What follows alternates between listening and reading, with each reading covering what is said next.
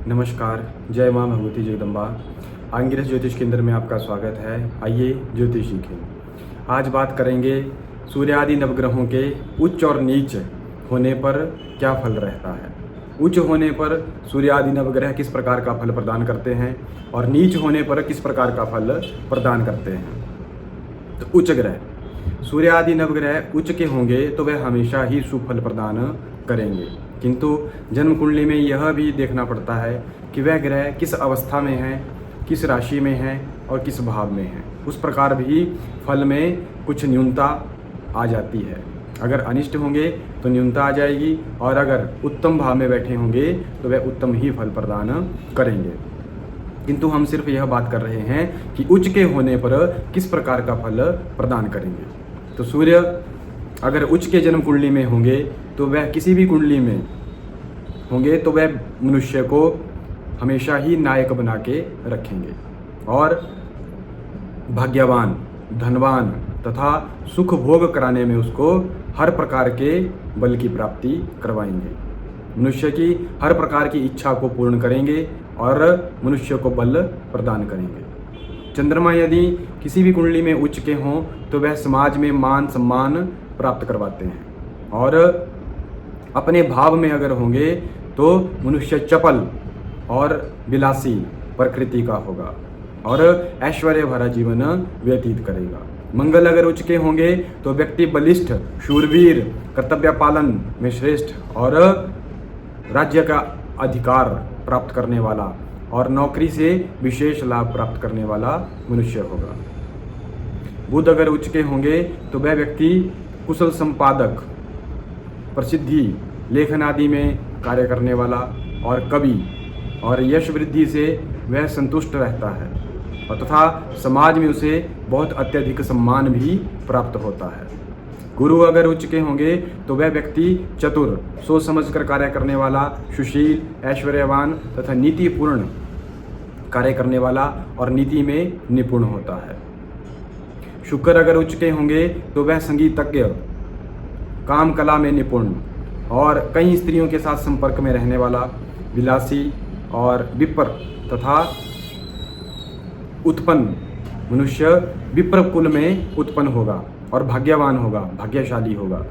और शनि अगर उच्च के होंगे तो उनकी दशा में विशेषतः द्रव्य की प्राप्ति होगी, अचानक धन मिलेगा, धन के योग बनेंगे और अगर मनुष्य सट्टा इत्यादि, लॉटरी इत्यादि का प्रयोग करेगा तो उसमें भी उसे धन प्राप्ति के योग अत्यधिक बनेंगे। राहु अगर उच्च के होंगे तो वह व्यक्ति को स्पष्टवादी बना देता है।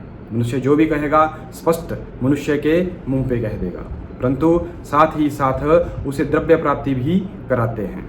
और केतु अगर उच्च के होंगे तो वह राज्य में पदोन्नति पाते हैं। राज्यों में पदोन्नति, अगर किसी व्यवसाय में है या किसी नौकरी में है या किसी पद पर हैं तो वहाँ पर उसे पद की उन्नति प्राप्त होगी।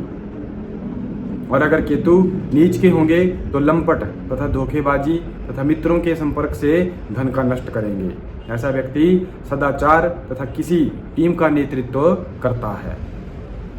केतु अगर इस प्रकार उच्च के होंगे तो मनुष्य को यह फल प्राप्त करते हैं। इस प्रकार सूर्यादि नवग्रहों के उच्च के होने का यह फल रहता है। अब बात करते हैं सूर्यादि नवग्रहों का नीच भाव में होने का फल। यदि किसी की कुंडली में सूर्य नीच के हों तो वह व्यक्ति पापी, साथियों की मदद करने वाला और नीच कर्म में ही तत्पर रहता है। चंद्रमा अगर नीच के होंगे तो जातक रोगी, धन को व्यर्थ करने वाला, नष्ट करने वाला और विद्वानों का साथ करने वाला परंतु उनकी बात न मानने वाला होगा। और नीच राशि के अगर मंगल होंगे तो जातक की बुद्धि कुंठित कर देता है, उसके सोचने का और काम करने का मन नहीं होता, वह सारे कामों को अधूरा ही छोड़ देता है तथा किसी का भी एहसान भुला देता है, किसी का भी एहसान याद नहीं रखता। बुध अगर नीच के हों तो जातक जातिद्रोही, बंधुओं द्वारा अपमानित तथा चित्रकला आदि में प्रसिद्धि प्राप्त कर लेता है। नीच का भी बुध होने पर चित्रकला में प्रसिद्धि तो प्राप्त हो जाती है परंतु समाज में अपमानित रहते हैं और अपने सहयोगियों से और अपने बंधुओं से निकृष्ट कर दिए जाते हैं। नीच का गुरु होने पर अपनी दशा में व्यक्ति को व्यर्थ ही कलंकित करता है। अगर नीच का गुरु होगा तो मनुष्य को कलंक लगता है। और भाग्य को भी दुर्भाग्य में बदल देता है तथा भाग्य के साथ गुरु खिलवाड़ करते हैं।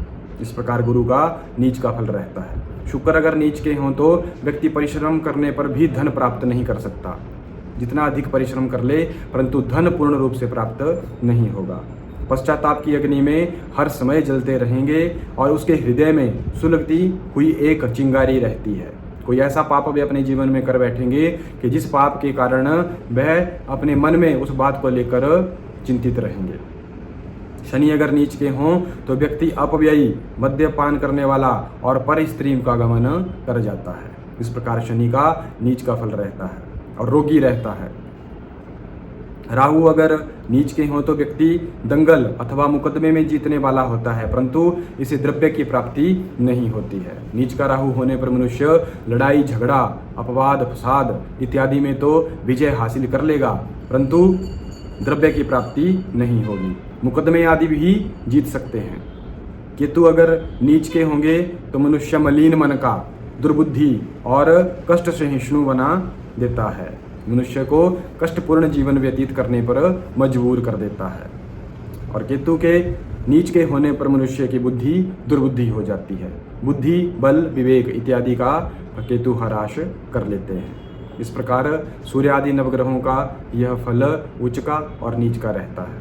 अगर आपकी भी जन्म कुंडली में इस प्रकार ग्रह उच्च या नीच के बैठे हैं तो आप इस प्रकार सूर्य आदि नवग्रहों का फल जानें। किंतु इसमें थोड़ा ध्यान यह रखना पड़ेगा कि सूर्य किस प्रकार उच्च के या नीच के होकर बैठे हैं और उनके ऊपर किस ग्रह की दृष्टि पड़ती है। अगर किसी ग्रह की दृष्टि पड़ रही है तो इस फल में थोड़ा सा अंतर आ जाता है।